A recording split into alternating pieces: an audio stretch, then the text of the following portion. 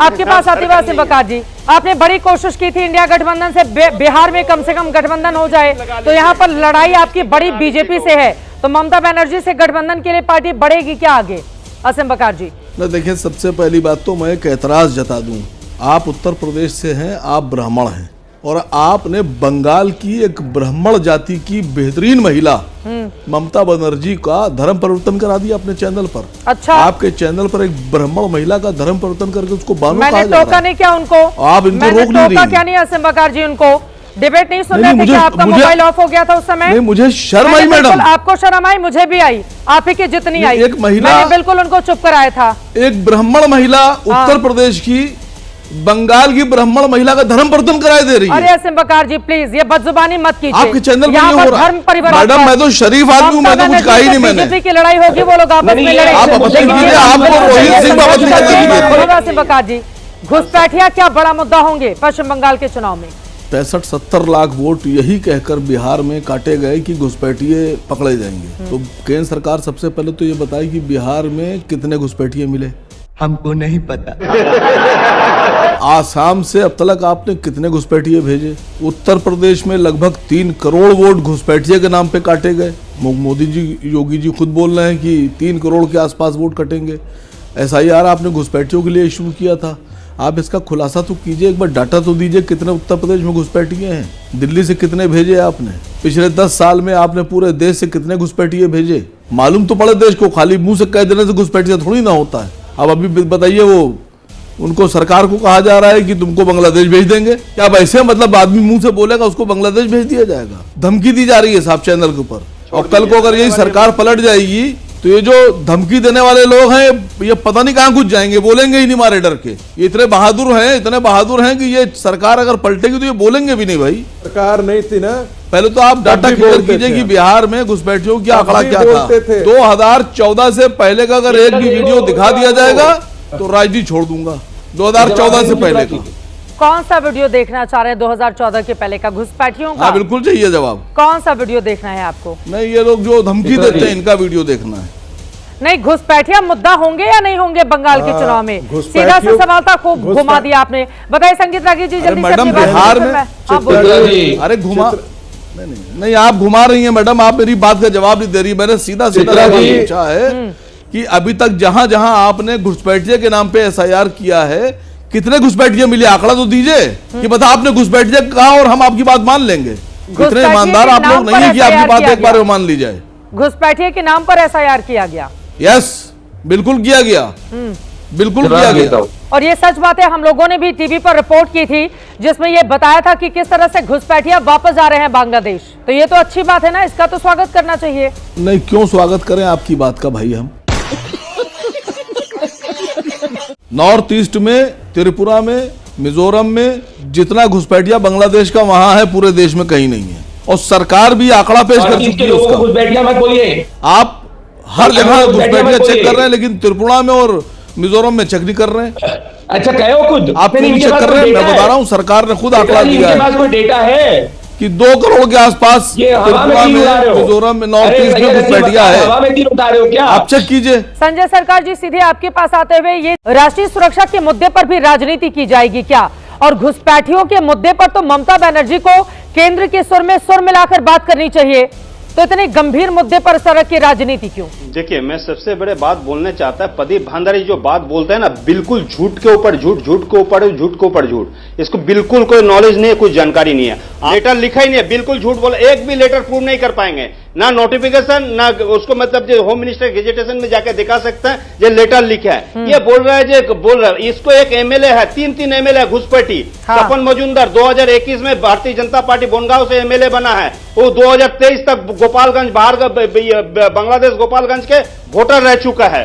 ठीक है, वोटर रह चुका है, लेकिन वहां का ग्राम पंचायत में और जिला परिषद में लिखा 2023 तक ये गोपालगंज के ये वोटर, ये घुसपैठी नहीं है। अशोक केतनिया, यहाँ उसको फादर मदर दोनों को 2002 का भी नाम नहीं, उसको भी नाम नहीं है। असीम सरकार का नहीं है, 3 विधायक का नाम तो हमने गिना दिया। NCI भी कह रहा है 5 करोड़ घुसपैठी हिंदुस्तान के अंदर बंगाल में। अच्छा, जब भारतीय क्या जनता कर रही पार्टी थी? अगर घुसपैठिया आकर घूमते बीजेपी के नेता बन जा रहे हैं, आपकी सरकार क्या कर रही थी? संजय सरकार जी, रुक, तेरे को बताते तेरी माँ की बंगाल गवर्नमेंट का क्या रहता है लॉ एंड ऑर्डर में, लाइन ऑफ कंट्रोल में? लाइन ऑफ कंट्रोल जो रहता है, एलओसी जो रहता है, ये भारतीय गृह मंत्री जी देखते हैं। बिल्कुल। और गृह मंत्री के अंदर में रहता है बीएसएफ, और बीएसएफ को मॉनिटरिंग करता है आईबी इंटेलिजेंस जमीन थोड़ी ना दिल्ली से ले जाकर लगा देंगे वहां पर पश्चिम बंगाल में, वो तो राज्य सरकार को देनी पड़ेगी ना संजय सरकार जी। चित्रा जी आप बोलने दीजिए, आप प्रदीप भंडारी जैसे बोले तो मेरे को भी बोल रहे, हाँ, लेकिन आज पहलगांव से घुसपैठी घुस रहा है, पुलवामा से घुसपैठी घुस रहा है, घुसपैठी घुस कर खुलेआम आतंकवादी घुस कर हत्या करके जा रहा है। ये टोटल फेलियर हो चुके हैं।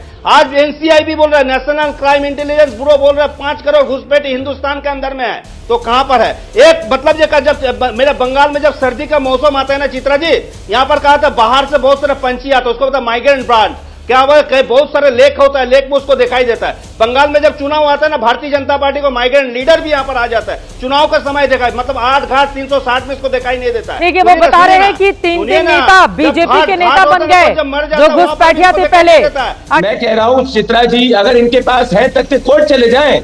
मैं तो कोर्ट करना चाहता हूँ। कलकत्ता की justice, acting chief justice Sujoy Paul और जस्टिस पार्था चटर्जी सेन, इन दोनों की बेंच बैठी थी और इन्होंने बंगाल की सरकार से एफिडेविट मांगा है कि नेक्स्ट हियरिंग के पहले बताइए कि जब गृह मंत्रालय ने आपको पत्र लिखा है तो अभी तक 600 किलोमीटर की दूरी क्यों नहीं दी आपने? देखो जस्टिस ये रिपोर्ट दिखाओ, रिपोर्ट दिखाओ, रिपोर्ट दिखाओ ना, आपको बस दिखाओ, आप देखो सर झूठ बोलता है। दूसरी बात, बस कुछ ऐसा करके दूर से दिखा दे, देखो ये मेरा बात, ये है, ये है,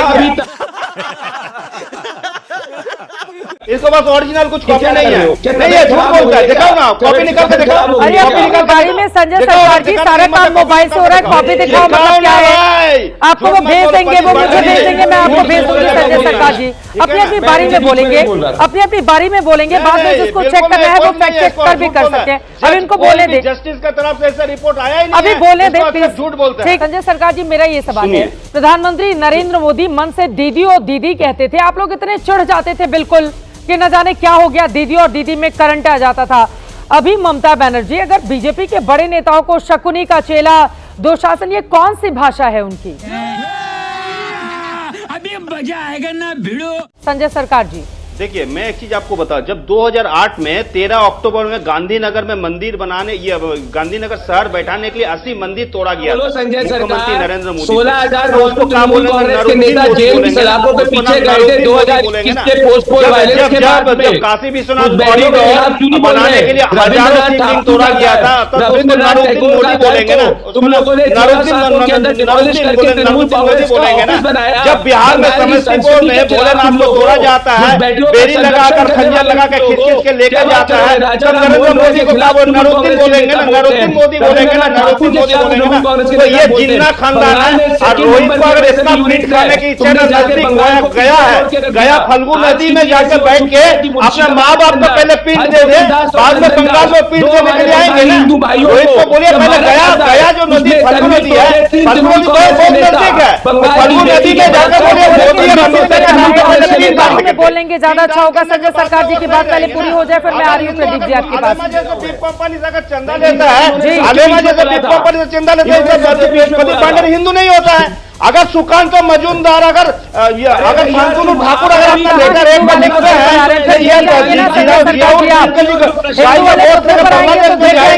तो वो हिंदू नहीं होता है, होता है कि निकाल कर रखी हुई है। कैसे कहीं पर साउथ दमदम में रामनवमी की पूजा से रोक दिया जाता है, तो कलकत्ता हाईकोर्ट की फटकार लगती है। हनुमान जयंती के जुलूस पर पश्चिम बंगाल पुलिस लाठीचार्ज कर लेती है। अरे उनको बंद तो करो, स्टार्ट करके छोड़ दिया। अगर दुर्गा मूर्ति विसर्जन पर पाबंदी लगा दी जाती है, अब हिंदू धर्म में बताइए ना, फिर हम लोग घेर जाएंगे बुरी तरह से।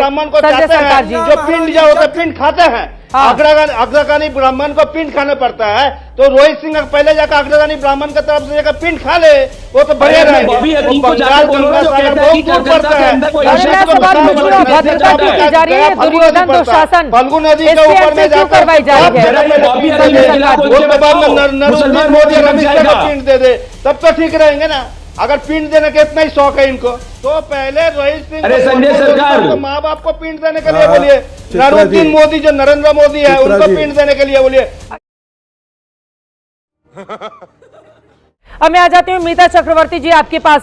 आपको लग रहा है घुसपैठिया एक बड़ा मुद्दा बनेगा और ये चुनौती बनेगा दोनों के लिए, क्योंकि यकीनन बॉर्डर की जिम्मेदारी केंद्र सरकार की है, वहीं घुसपैठियों को पनाह देने की के जो आरोप है वो ममता बनर्जी के ऊपर लग रहे हैं। मीता चक्रवर्ती जी, कांग्रेस पार्टी का क्या है टेक इस पर? जब हम लोग पूछते हैं कि कितने घुसपैठिया मिले, कितने इन्फिल्ट्रेटर्स मिले, तो उसका कोई संख्या तो दिया नहीं जाता। कल तो पार्लियामेंट में ये भी बताया गया है होम मिनिस्ट्री की तरफ से कि ये संख्या, ये नंबर देना अभी उचित नहीं होगा।